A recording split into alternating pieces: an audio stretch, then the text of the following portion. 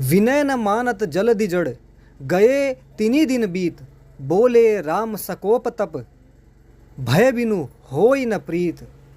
ये आप सबको पता होगा कि रामायण हम सब ने देखी है, पढ़ी है।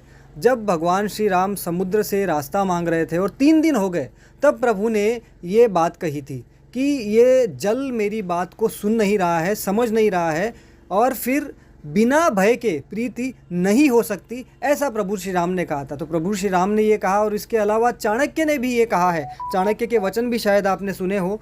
चाणक्य ने कहा है कि दंड का डर न होने से लोग बुरे काम करने लगते हैं। जी हाँ, अगर दंड का डर न होगा तो अपराधी अपराध नहीं छोड़ेगा, क्योंकि उसे अपराध में मज़ा आएगा और लगेगा कि जब दंड तो मिलना ही नहीं है तो क्या फ़र्क पड़ता है, अपने तो लगे रहो काम पर। चलिए, ये 2 चीज़ें हमने आपको क्यों बताई ये भी बताते हैं।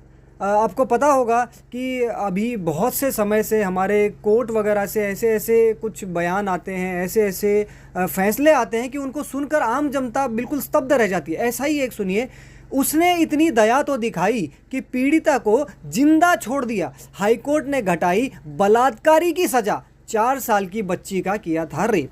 जी हाँ, ये हेडलाइन सुनकर संभवतः एक साधारण व्यक्ति के दिमाग में बुरी तरह से एक बहुत बड़ी स्तब्धता आ जाएगी कि अरे ये किस प्रकार की चीज़ है, दया किस पर दिखाई जा रही है। एक उस बलात्कारी पर जिसने 4 साल की बच्ची का रेप किया। 4 साल की मासूम बच्ची, क्या वो रेप करने के लायक है? और रेप को कौन जस्टिफाई कर सकता है? यहाँ साहब कहते हैं क्योंकि उसको जिंदा छोड़ दिया, ऐसी दया दिखाई उस बलात्कारी ने, तो उस दया के लिए उसकी जो सज़ा है कैद से घटाकर 20 साल कर दी गई।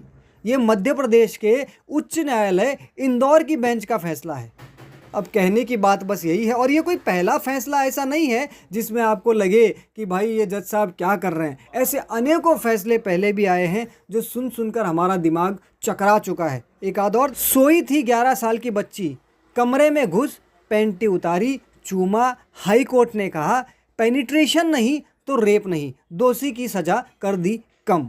अब आप सोचिए, इस प्रकार से अगर हमारे कोर्ट मतलब अपराधियों को दया देते रहेंगे, उनकी सज़ा कम करते रहेंगे, तो अपराध कम कैसे होंगे?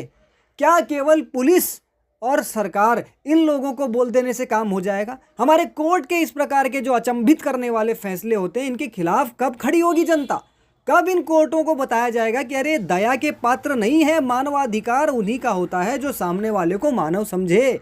लेकिन जब कोई बलात्कारी एक स्त्री को, एक बच्ची को, एक औरत को केवल अपनी हवस मिटाने का एक साधन समझता है, उस व्यक्ति के लिए मानवाधिकार, उसके लिए दया, ये कैसी, अब क्या बताया जाए? अगर ज़्यादा कुछ बोलेंगे तो हमारे इस वक्तव्य को, हमारे इस बयान को कोर्ट की अवमानना समझ ली जाएगी। लेकिन ये एक आम आदमी के मन की पीड़ा है कि साहब, जब तक अपराधियों को कठोर सज़ा नहीं मिलेगी, उन्हें दंड नहीं मिलेगा, तब तक ये अपराध कम होंगे कैसे? हम कौन सी नींद में सोए हैं कि बात करते हैं महिला सशक्तिकरण की, बात करते हैं कि बच्चियों को पढ़ाओ, बच्चियों को बढ़ाओ।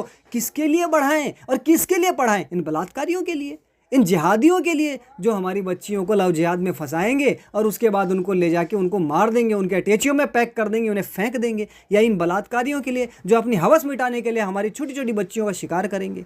जब तक कानून में दम नहीं होगा, जब तक इस प्रकार का लचर कानून होगा जो इन अपराधियों, बलात्कारियों को दंड नहीं दे सकता, इन्हें डरा नहीं सकता, इन पर दया दिखाएगा, तब तक इस देश का सही विकास असंभव है, असंभव। जय श्री राम, वंदे मातरम, भारत माता की जय।